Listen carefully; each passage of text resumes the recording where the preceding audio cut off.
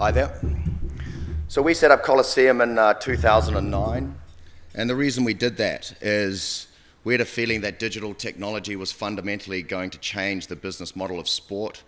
We had seen it happen across lots of other different industries, particularly music, TV, movies, and what we noticed that globally, sport was one of the last dominoes to fall. So we set up in 2009 without really the idea. We didn't think we'd go as far as kind of where we've got to. But what we thought the opportunity was that it allowed sports to have a much closer relationship to the customer. And I don't know how many of you out there have ever tried to sponsor sports in New Zealand, but it's a very frustrating exercise. And the reason it's frustrating is because they're very disconnected from their customer base. Right? You've got a whole bunch of sports, and they know a whole bunch of people play, but they're not the ones who have that relationship with the customer base, and in fact they'll do everything they can to pretty much avoid that relationship. So we thought, and there's reasons for that because it's really difficult, and particularly technology hasn't helped them. And what we felt was that this opportunity was coming with digital technology that would allow these sports to start interacting and start having a much closer relationship with their customer base, and that would be great for the sport. And what we see is digital technology is creating a paradigm shift in favor of the content generator. And so the key thing to where we believe that the way the model currently works, and this isn't just New Zealand, this is kind of all over the show, is that really the key brand is the broadcaster. You know, they are the ones who own that relationship with the customer. The customer pays them, and the broadcaster pays the sport. And why we believe that is that because up until now, the broadcaster has had a stranglehold on distribution. So the way that content could be delivered, and it's the rise of ESPN and Fox and all these guys, is they had a satellite network, that enabled content to get there. It was a cable network. There was no way for sports to access this themselves unless they spent hundreds of millions of dollars building this infrastructure. And so we see that as changing, because certainly what we notice is it's really great to know who your customers are. It's where the money is, right? So where having that relationship with the individual is where the cash is. With the arrival of the internet, the competitive advantage that broadcasters have got around distribution has been marginalized, because everyone can access the internet, and that's not just customers, that is also content generators. So the need to go through a satellite network or a cable network, you don't need to do that anymore, right? If you're a content generator, you can put your stuff on the internet and the customer can find you directly. And if they can do that, then they can pay you directly. And if they pay you directly, then you can control the cash flow, and you get the money first and then you pay others. And that is a reversal of the model. And we think that's very exciting for sports. So what we had was a traditional model where you have the broadcaster as the brand and then the sports bundled within it. At Coliseum, what we believe a really great future might be is you have the sport as the brand. Not us, not Sky, not anyone else, but the sport itself. And we see a great opportunity for sports to go direct to the customer. And if you put that in context as to the financial ramifications of that, if you have a look, and this isn't a dig at Sky because they're an amazing company and they've done a great job to get themselves in this position, and I have enormous respect for them. But if you have a look at the way it works with something like New Zealand Rugby, you have New Zealand Rugby that has annual turnover of around $100 million. And every year it's borderline whether they're going to make profit or not, right? They sometimes do, sometimes don't. They are another guy's running a very, very good show there. And so they're starting to make profits of sort of, $7 to $10 to $12 million, right? They're a big part of what Sky's content subscription rate. Sky, on the other hand, who own the customer, because the rugby union don't own their customers. It's Sky who own those customers. Sky make $1.5 billion in turnover and have $120 million profit a year. And that's really impressive, and that is a great, well-run business. What we'd love to see is some of that balance redressed, because as New Zealanders, for sports, everyone wins if the sport makes more money. That is great for everyone, because the sports are owned by all of us, and if they have more money, the sports will be healthier, and that can only be a good thing. With the arrival of the internet, we believe that is a very real possibility. We think that is something that can be achieved, and we're looking forward to, hopefully sort of getting those sorts of projects off the ground. Unfortunately for us, we set up in 2009 to try and do this, and it was too hard to do at that point, and so we ended up having to buy content, which is how we got the EPL. And we're having to do that for ourselves to kind of show how it can be done. But it's a good project, and it's paving the way for what might happen. And so we see a future whereby the sport is the leading of the brand. There's always going to be a role for broadcasters because they do such an amazing job of, capturing and making it. But we'd like to see that balance redressed a little bit so the sports could make more money. And the trick with online content is that the reality is it's not worse than what we have in terms of quality. It's actually better because it puts the fan in total control of the viewing experience. It's been really interesting for us on the EPL because we don't get the chance to test our stuff, make sure it's absolutely right, and then release it to the market. Liverpool kicked off, and there was nothing that we could do about that. That game was going. So, you have to go and you have to be ready. And, the time frame, we've been going 7 rounds now, and within that time frame, certainly, we've made some mistakes. Our partners at Newline have made some mistakes. The guys at Premier League Productions have made some mistakes, and our partners at Akamai have made some mistakes. And all of those happen in public. And so because of that, there's a few teething issues, minor, getting there. And we're really improving every week. And what that means is that, very soon, the internet will be delivering high definition broadcast quality to New Zealand televisions, to New Zealand, through the internet. I mean, that's coming. And then once you're there, you can surpass it. And what enables you to surpass it is, because it's the internet, there's a lot more data and there's a lot more tech. So the viewing experience can be enhanced because you can load a lot more in beyond just picture quality. The other thing as well, of course, is that what's great about it and what we see in our viewing patterns of customers is just the choice. So we have 10 games a week of English Premier League, and most of our customers are watching 10 games a week. And they're doing that throughout the course of the day, everywhere. So we see on a big game, viewing audience might peak up here, but for example, on that second week, Chelsea versus Manchester United, what we saw, at no stage, not for 1 minute in the entire day, did the audience drop below 800 people. Not once, not for 1 minute. It was, it's just an amazing thing because people are just watching this whenever they want, wherever they want. They don't need all the infrastructure they need to access this content is already provided. So, it's the content. We believe that the technology is better, not worse. And I don't think we haven't delivered that potential yet, but we're getting there. The other thing that what it enables, and this is the next wave for us, is there's just a whole bunch of enhanced technical features. There's so much more we can do. So we're working really hard with companies like Opta, and they're based out of the UK, and what they are is the largest real-time stats gatherers for sport in the world. They do all the rugby, they do all the football. And as a sports fan, the ability to integrate that into the live feed and interact with that is a kind of a cool thing. And we haven't really seen that here before and how that's going to work. But that's the sort of what we mean is when you as a sports fan, you quite like that stuff. Yep, the game's great, but you want a bit more on the side. And as marketers, we think that starts becoming really interesting, these added features, because it is a way of bringing stuff that enhances the viewing experience into actually the live experience of the sport, beyond just logos wrapped around a feed. So as we grow, and again, we stress we're 7 rounds in, it feels like Premier League Pass, certainly for Nick and I, it feels like it's been going, a lifetime. But the reality is it's been going, 7 rounds, 7 weeks. So, there's a lot more to come, and it's a constant development cycle. And we'll see a lot more of these features, come to light. And these are where we believe there's great opportunities for marketers. In terms of the online sports fan, and look, I've got to be honest, I don't know a huge amount about digital marketing. It's not really my thing. But, I can talk to you about what we see with our sports fan and I think the ecosystem is the word people are using. The ecosystem they're existing in. And what we see is how genuinely little control we have over how they relate to our experience. There's only so many places we can influence what it is that they're doing.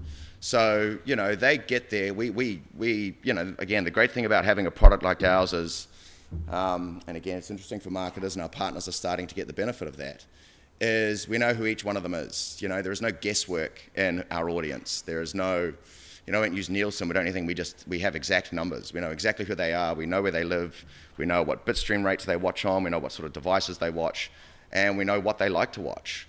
And we have a list. And we not only have a list of customers, we have a big list of prospects. So we have a great way to communicate with them directly. And because it's sport, you know, and these guys are really interested in it, you can generate some really interesting content that they like. We have to our non-subscribers, but people who have expressed interests, when we send out our weekly EDMs, we have a 65% opening rate. And those are for people who have not subscribed. So, you know, the content's good and you can do stuff around that. But once you do that, you know, they're off on their own. And the things that are influencing them isn't really us, it's other football fans. It's this group of networked individuals, and they're just connecting, and we're providing a platform and a way for them to connect. But, you know, it's them influencing each other far more than us, and then far more than any sort of marketing message is able to. And I guess what that means for us is it just means you've got to be delivering excellent quality of experience, not just in the live feed and the actual game, but everything else that you can provide around it. So around that, we look at the media landscape, you know, for marketers that we see on Premier League Pass. We look at that in sort of three ways. Firstly, obviously, there's a paid element to it.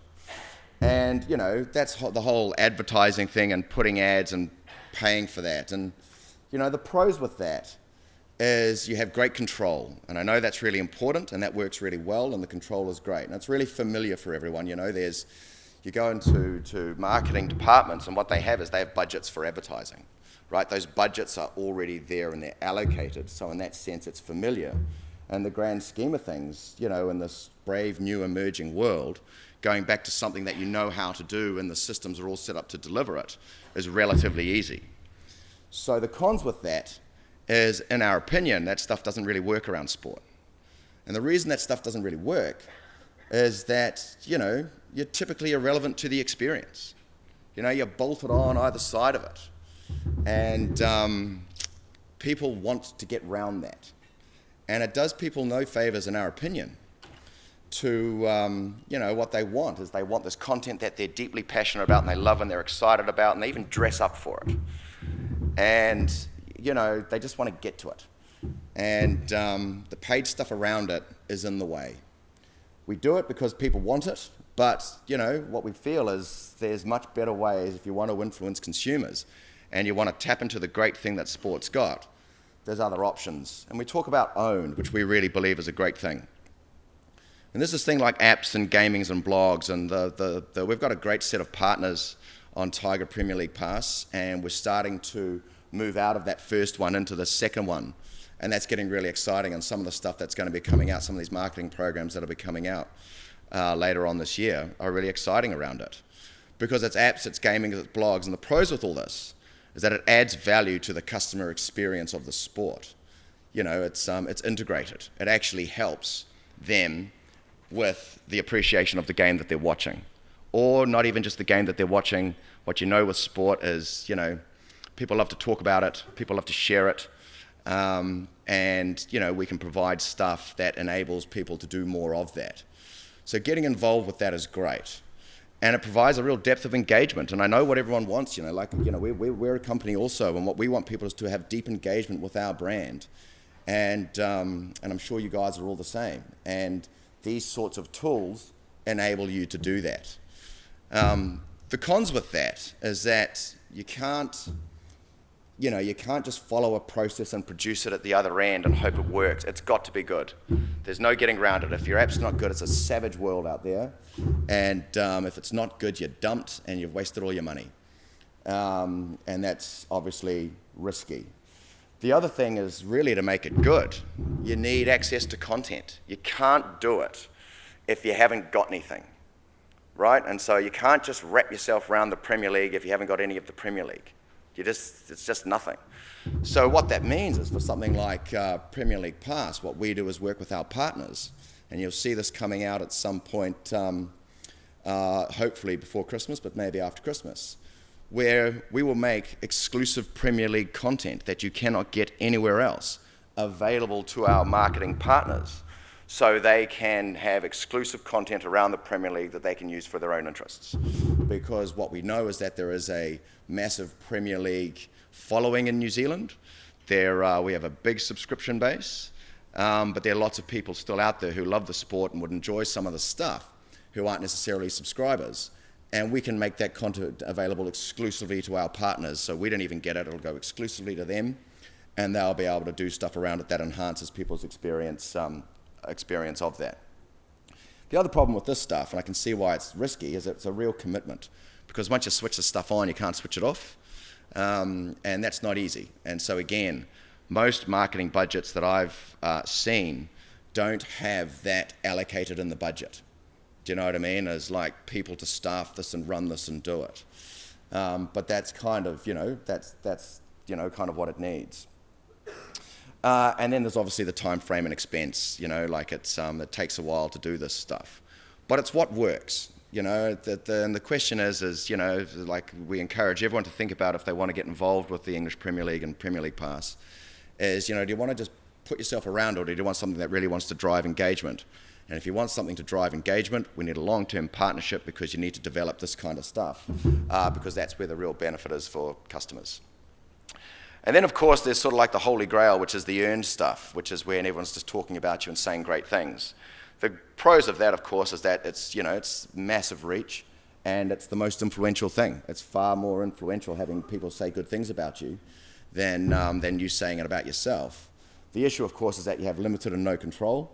And you've got to be newsworthy, which isn't always easy, and you can't manufacture it. And, as we've experienced at Coliseum, that's been a real media storm for us, and there's both good and bad with that. But certainly what it's good for is generating awareness. So our business model is, we think this is an interesting model. This is really what the trick to, we think, marketing sports brands might become in the future. Is our business model is to build subscriptions. So what we need for our business to succeed is subscribers. Marketing dollars is great, another thing, the revenue streams are great, but our business lives and dies by the number of subscribers we get. So our business model is to build subscriptions. However, our marketing model is not to go straight to subscribing, it's to deepen fan engagement with the Premier League. So anything we can do that gets people more into the Premier League, we believe will ultimately lead to subscriptions. So what we're doing now beyond Tiger Premier League Pass is, yes, we've got the live viewing platform, but I don't know if anyone here's had a look at it. It's pretty dry. Do you know what I mean? It's just a live player. So you get there and there's not much on it. When the game's on, that's great. You click it and boom, it goes full screen and away you go. So what we're developing now is an infrastructure around all that enables people to interact around the Premier League and all the stuff that they enjoy that you don't need to subscribe to, but creates a real home for the Premier League in New Zealand. And so, for example, we've got got tipping games beginning with the TAB, because sports guys love to prove, how much more they know than their friends. And we've got a sort of free way to do it, and we've got thousands of people already signed up to that. We've just launched news.premierleaguepass.com, which is essentially a blog site that we put together and we post on it daily, and it's just it's a new home for people to share everything that's going on in the Premier League, and it's it's funny and it's good. And again, you don't need to subscribe for that. It's just a way of us spending our marketing money to get people engaged in the Premier League and also add value to our sponsors who can wrap themselves around all that sort of stuff. And that's part of that. We've got our own fantasy league, which we do through the Premier League, and that's just another way again of deepening people's engagement in the Premier League that one day will lead through to subscriptions.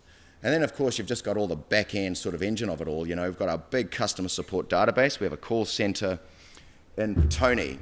And what's really interesting, we've started to attract the attention of people like Crown Fibre Holdings and Chorus and those sorts of brands, because they just want to know what's going on with fibre uptake and what are the issues. And the reality is that's happening in our call centre in Petone. It's this front line where people, they want to watch live football. And a lot of them are really scared of the internet. They don't really use it. But the pull of the football is so strong that they have to cross that digital divide and do it. And that's all happening at our call centre, is what it takes to get people across that. For us, that's just an amazing data that we're gathering. We're gathering all those names, we're gathering all those habits, and we're gathering all those problems, which we incorporate and feedback and use to develop our platform. You know, the other thing we're going to do is we're going to bring back the House of Football, which is, I don't know if anyone remembers, like 10 years ago, Miles Davis, who's this fantastic football personality, he made this great show, and it was everything that's going on in the world of football and really fun and all that sort of stuff, so we're going to reproduce that. And again, you know, like that's just going to be on site for our subscribers, and it'll, again, because it's not TV, you know, sometimes it'll be 12 minutes, sometimes it'll be 32, sometimes we'll just do sort of 2-minute clips, and we're developing the infrastructure all around it where all of that will find a home and find value, because it will deepen fan engagement with the Premier League, and that will ultimately lead to subscriptions. And then, of course, there's our partners at the TAB who have been amazing, and the whole sports betting thing around football is also big.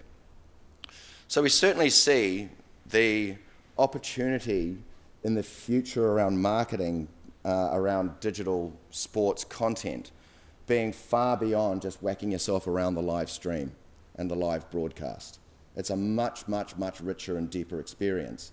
And the real key is, like I keep saying to this, I've come from the advertising industry, and the people there are incredibly smart, right? They're a very smart, creative bunch of people. And the challenge to them, I would say, is we don't know what to do here, right? We know what the opportunity might be, but we don't know how to execute it. So you guys know your brands and you know what you need to do. We can do anything you like. It's a website. We can build whatever we want. We've got a whole bunch of content. You know, we've got the live license. We can send people up to commentate matches sitting next to Martin Tyler. So that's all stuff we're able to do. And if the advertising guys in here could figure out what are some great ways to, you know, for their brands to actually add value to the Premier League experience, then come and see us and talk to us about it, because we'll do it. And I think that's really, you know, as my final slide, we really see that as the sponsorship sweet spot. It's just got to enhance that sporting experience or become part of the fan culture around it. And there's so much you can do. You're really only limited by your imagination, because it's rich, you know, it's so many facets to it. And so, look, we think, again, I don't know a heap about digital marketing, but I certainly feel that in a product like Premier League Pass, there's an exciting opportunity. And I think what's exciting for everyone in this room is that, you know, with luck, there'll be more of these kinds of opportunities in the future. And we think what that can lead to is much greater engagement with customers than you've experienced with traditional marketing channels before. Great, thank you.